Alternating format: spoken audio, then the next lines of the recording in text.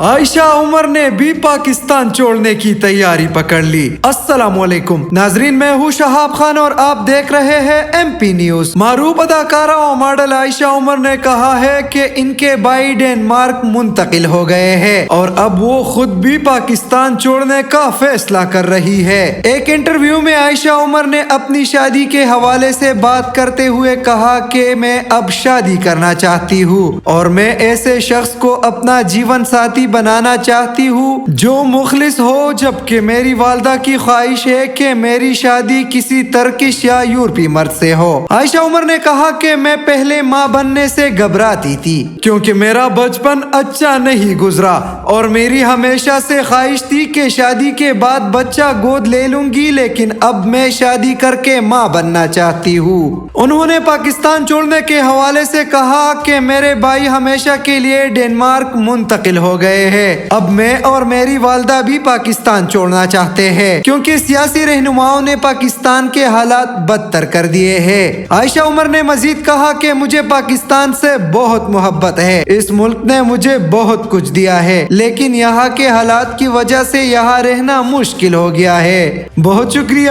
مزید خبروں اور اپڈیٹس کے لیے دیکھتے رہیے M P news. M P news Swat سمیت ملکی اور غیر ملکی خبریں آپ تک پہنچائے سب سے پہلے۔